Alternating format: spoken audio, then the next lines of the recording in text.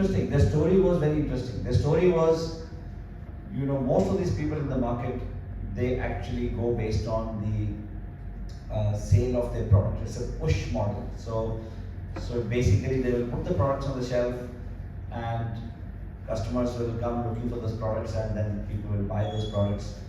Purple, on the other hand, came with the idea that majority of the Google searches at that time were based on finding a solution, not a product. And the solution was, I have a skin rash problem, I have a hair fall problem, I have a problem related to looking good, and things like those. So nobody thought about solving a problem based on solutioning, as compared to the product. So that was the thing that struck my mind as well, that it's a very different approach using technology to provide solutions in beauty and personal care. It was an online model. So the point I'm trying to make here is that many times we get colored by our own thinking and we get constrained by our own minds, and we try to find excuses why things will not work. And I think majority of the entrepreneurs get discouraged when they go and talk to the first person and second person, and then the first thing that they hear is that, oh, this is not going to work. So my brother is 1.5 years older to me, and he's also from IIT Delhi, and he's been my mentor. And but he's on the other side of the risk. He currently runs GE Capital's structured capital investments, and basically very credit mindset. And credit mindset is, you look at every risk and basically just try to work with those risks, and you're very risk averse mindset. So that's the risk mindset he has. So usually I would always take his advice. So when I was starting IvyCap, ideally I should have asked him for my advice in terms of what I should do for setting up IvyCap, and made sure that I did not take his advice, actually. So it's very interesting because I knew that if I had gone and told him that, hey, I'm going to start IvyCap, I'm going to raise a venture capital fund, and I have zero money in my pocket, and I'm going to set up this fund which is going to be making high risk investments, I know for sure that he would have brainwashed me into not doing it, and I would have listened to him at that time, and IvyCap would have never existed. So I still go for advice to them, but for that specific idea I didn't go to them. And so it matters a lot who you go to, even if you respect a person a lot, and if you go to that person to take an advice, it's quite likely that you might get an advice which is not the right advice. So many times people discourage you at the time when you have the idea. The first reaction you'll get is, oh, this is not going to work. And then people always start challenging you on various things, which is actually good. I think the point is not to take their advice. The idea is not that you should not take their advice. You should, but always listen to yourself, listen to your internal voice, and think whether you believe in what you're doing, right? So I think that's very fundamental. If you think that you'll be influenced by the advice and therefore you will give up on what you're doing, the chances are that you will not get there where you want to be. So that was my biggest learning of that in the whole journey of setting up IvyCap. So therefore, one of the things, again, coming back to Purple, where same thing happened. The inner voice was telling me that these are the people who will make it happen, but many other people were saying, oh, this is not going to work, because there are all these giants who are actually doing so well, and why will another platform succeed? And the fact that not only this idea was unique, I think eventually it boils down to execution. And I think execution happens only if you're very passionate about your idea. If you do it come what may. Bad situations will happen, And that's where your conviction, your passion, your drive will be tested the most. And in case of Purple, I still remember 2017, they were really struggling. It was a time when there were no investors willing to look at them. They were not sure whether things are going to move forward. They were running out of money, and they even had to take a call whether to continue the business and things like those. Whichever investor they went to, just shot it down, saying exactly the same thing. Others are doing it. What is so big deal about you guys? So those are the times when you are tested the most. And if you still believe in what you're doing, you will not lose any hope. You would want to really continue working on it. You will obviously make sure that things that can derail you, or things that can put you off the path, you would address those things, address those challenges. And that's exactly what Purple did. They actually made sure that they survived that testing times. And a year later, Goldman Sachs became interested in them and invested $35 million in the company. And that changed the whole path of the company. And since then, the company has really never looked back. So there are going to be these times, and majority of these times happen very early on. When you start with your idea, you think of an idea. So let me just give you specific instances of things that happen, right? So the first thing that happens is that you think of an idea, you think that this is something that will work, and chances are that since you don't have experience, especially if you're in the campus, you haven't seen the world yet, so you really don't know what's actually going to work out there. So obviously you need to interact a lot with a lot of people. You need to talk to a lot of people. You need to really get a lot of inputs and a lot of feedback, a lot of insights. And the advantage you have at IIT Kharagpur, and I think what you probably, many of you may not even realize sitting here, is when I was listening to Gautam Adani's speech yesterday, he started with one simple thing, saying that when Professor Suman called him to come to the campus, he said, I did not even look at my calendar. That's how he started his speech. And why would someone do that? Someone like Gautam Adani do that? It's because it's IIT Kharagpur. So, when you are calling someone from IIT Kharagpur, I can tell you that you will get exactly the same reception. It's because you are from IIT Kharagpur. So people don't realize that. And many times people hesitate that, oh, I don't know how this person is going to react. I don't know how this person is going to think. It doesn't matter. So actually, think in your back of your mind that there will be rejections. There will be people who actually will say no. And I can tell you that, I tell this to people, and my daughter actually used to be very scared of rejections. Her biggest problem was the reason she will not ask someone something is because she was scared that she will get rejected.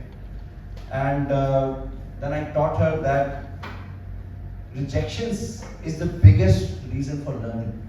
And I think when you get rejected for something, your mind starts thinking even more, and you start wondering why I got rejected.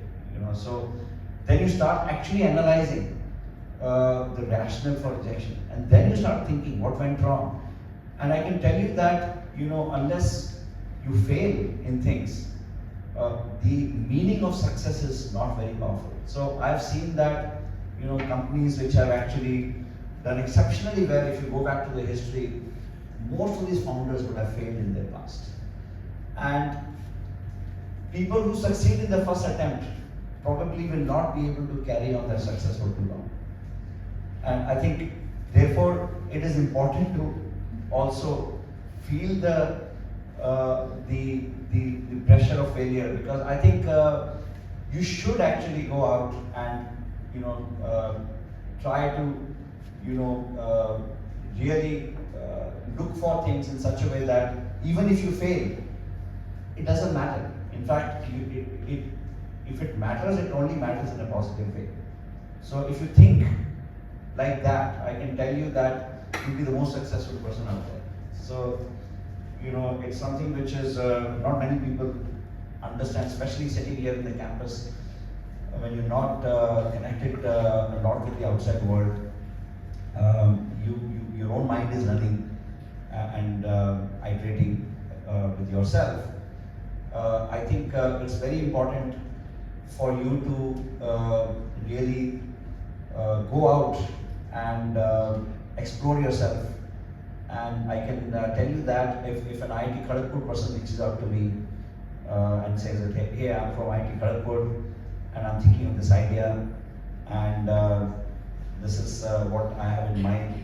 Even if I feel that the idea is so bad, even if I feel that this is such a stupid idea, this person is not even thinking properly, I would still want to talk to the person, because I know that behind this idea is a person who actually has shown the resilience and the passion to reach where that person is today. And if the person has reached this far in their career, they will be able to reach to the next level as well if given the right guidance and support. So I think all you need is the right guidance and support, and that's when it's the natural instinct when I see such a message from someone coming from this kind of a background. My first instinct is how can I really contribute towards what you're doing and help you and maybe share my perspective. And by the way, I may just say after listening to your story that, hey, this is not going to work. And look, I mean, I may have my own journey, my own ideas, my own risk appetite, my own way of thinking things. But even if I say no, this is not going to work, I think it should strengthen you further. It should actually make you feel that, okay, maybe this is not the right guy who understands what I'm doing. Let me talk to another person and understand what they think about it. And you talk to 10 such people, and you will be amazed by the feedback that you will get, and you will realize that this is the amount of learning that you have. And in US, this is called informational interviews. People actually reach out to people saying that, hey, I'm looking for an informational interview with you, and I have an idea that I want to discuss with you. Or and this thing even works when you're looking for a job. People will reach out to people in those companies looking for informational interviews, looking for guidance. So I think that is something that you should definitely do. This is it has helped me also personally a lot. So that's my number one suggestion to you guys, how you should actually move forward. And then, of course, the first thing that one needs to do is make sure that you create when you say a team, I would say at least the first person with you when you start something or when you think of something new, think of at least one person in your mind who would want to come along with you to really solve that problem. So effectively, what you're doing is, when you're actually thinking of an idea, you're actually thinking of solving a problem, right? So entrepreneurship is not just about, when people think that, oh, I'll raise capital, my company will grow. That's an outcome. That's not the starting point. The starting point is, what's the problem I'm going to solve? And how is this solution going to be different from what is being done in the market already? And why should I solve that problem? How am I going to do it different, and what does it mean that is different from others? And I can tell you that one core answer that really makes this is if you are really passionate about it, and if you know that you're going to give your life for it, there is no competition with that. If you can give your life to an idea, to solving a problem that you think hasn't been solved the right way, of course, if there is a problem, there will be a solution somewhere for sure. So which means there will be competition, right? But if you are willing to give your life for solving that problem, there is no competition to that. I mean, you should listen to this very carefully. So when you are willing to give your life for solving a problem, there is no competition with that. Because eventually, if somebody else is solving the problem and has probably got some funding support, etc., but they are doing it for a different reason because they want to make money for it, I think there's no competition between money and somebody giving their life for solving a problem. So if you are a very passionate entrepreneur and very passionate about solving a problem, I can tell you that you will do an exceptional job in solving that problem. And if you're passionate about then actually working on solving that problem, then I think then you will really enjoy that solving that problem as well. So every day will feel like a new day, and every day will feel like a new set of challenges and something new that you look for. And that's how life has been for me ever since I started IvyCap. Every day for me was a new challenge, and every day for me continues to be very exciting, and never get bored. That's the biggest outcome of doing what you really want to do, and when you try to solve a problem. And of course, many times people try to take this kind of a challenge in the mind that should I take a job or should I become an entrepreneur, right? So obviously it's a big question, especially when you come from the backgrounds where your families also have a big role to play, and they always guide you to take a stable thing first. You have to first make sure that you stand on your own feet first, and things like those. You hear a lot of those advice. Now, obviously, it's a very tough question to ask. What should one do if one has an idea? Should you go run with that idea, or should you just take up a job and do things on the side? And by the way, the reason I failed as an entrepreneur is because I was trying to run an idea on the side. I thought I'd take a job, and I failed 3 times, and all 3 times I was trying to figure out what went wrong. My conclusion was that I was just trying to do backseat driving. I was actually running these startups, letting somebody else run, and just doing something else in the meantime to just sustain myself. And the day I became full-time, and my IvyCap was my first full-time initiative. Prior to that, all my 3 startups were actually part-time startups. My biggest learning was there's nothing called part-time startups. Either you are in it or you're not in it, right? So there is this biggest question, which actually does come in your mind, influenced by your social network and your family and others. People will try to influence you, for just taking up something which is stable. And then, if you talk to 10 people, there will be enough number of risk-averse people who will try to tell you, hey, don't take that risk, right? So, eventually listen to everyone, as I said, but make sure that you do what you feel is right. And one good news is that if you decide to do something new of your own, and you're genuinely there to solve a problem, I can tell you, you will enter a new world altogether. There is a world of entrepreneurship, and there is a world of support to the entrepreneurship. And I can tell you, the world has changed so substantially from the time I started IvyCap to now, that if you go out in the market and say that, hey, I'm doing this, I'm out there to solve a problem, I need support, and I can tell you that support is available today in form of mentors, in form of angel investors, seed investors, your alumni connections, who are willing to give you support in terms of capital. In terms of venture capital ecosystem, India is actually now booming when it comes to the number and the quality of investors who are out there to support you. And today the chances of failure have gone down quite substantially because somebody out there, will definitely try and support you. But I mean, the only thing and the main thing that you'll have to do at that time is to make sure that you reach out to the right people and as many people as possible, so they know what you're doing. And so there comes the aspect of making sure that you are visible out there. And I think that's something that not naturally comes to everyone. And I think that's where forming a team early on becomes very important, because you may not have all the right skills. You may be very good in the technology part of it, in solving the technology problem. You may not be good at reaching out to people. So there's another person who's not very good in technology, but is excellent in networking and is excellent in reaching out to people.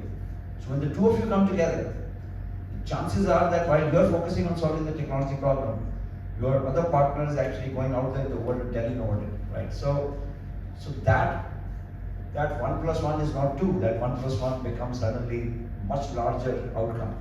So forming the right team is very important.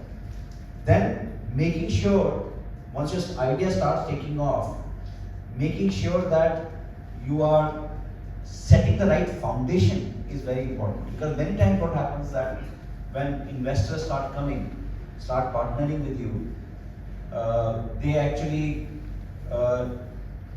again, investors there are all kinds of investors. There's a large segment of investors who are also inexperienced in investing. So they may try to negotiate a deal with you in such a way that they think maybe they'll give you a few lakh rupees or a crore, up to a crore, and may ask for a substantial stake in your company. You may not realize that that's the right thing to do or not, and you may end up diluting your company a lot at that time. The problem that happens at that time, if you dilute too much at early stage, your next rounds become a problem. Because we as investors, when we look at businesses, we look at how much stake do the founders have at that time. If the founders have very small stake, it becomes a question mark for us whether we should invest in that company. So it's a fine balance. So obviously these things come through experience, and at the same time you have to make sure you learn these things over time. But raising capital is not just about going and convincing someone and saying, give me your money. You're actually giving a story, and I think each one of you is a story, right? So each one of you have your past, which is actually shaping you, and each one of you has a dream where you want to go in life, and that's the story. Now the question is, how do you articulate your story in such a way that it becomes very interesting and very meaningful to the person you're talking to. So when I started IvyCap, all I had was a story. I had zero cash in my bank. I just had a story. And the story was about, hey, I'm going to bring this entire ecosystem on a single platform. And this is the reason I will be able to do it. And this is the structure I'm going to create. And this is the reason why this needs to be done. And this is the reason why it will succeed. And I want you to be part of the story. So get your story right. I think you may have the story in your mind, but you may not know how to articulate it. I wish I had ChatGPT in my time. Today it's revolutionary, right? I mean, somebody, one of my portfolio company founders just taught me something new yesterday, which I'm not sure how many of you would know. ChatGPT has a WhatsApp feature where you just do a voice recording and it will listen to it and give you the entire analysis of whatever you're asking. And those kind of features, imagine, it's like not just that feature. I mean, imagine what AI is doing to the world, and you guys are at a time and a place where you have everything that you need. I think if you ask ChatGPT, hey, I am a technology entrepreneur, and I am working on this idea, and I want to take it to investors. Can you tell me what I should do? I can tell you that ChatGPT will actually tell you. what you should be doing. And of course, and that advice, by the way, probably might be better than, many other advices you will get. But I think the point I'm trying to make is that the tools available to you today is unbelievable, unbelievable. It will even tell you, it will converse with you, it will take you to the point where say, okay, here's a shortlisted investors for you. And here's a story. What else do you need? You have a story, you have the people to reach out to, and it will draft the email for you. And then it can even send the emails for you. So which means that, eventually, even a person not sitting in this campus can do that. Somebody who's not even done their basic education can do that. So what differentiates you? What differentiates you is the fact that you can actually execute. You can actually make it happen. That's what executes. That's what differentiates you. Because you've proven, you've actually cracked, a system and come to a point where you've shown your execution skills. And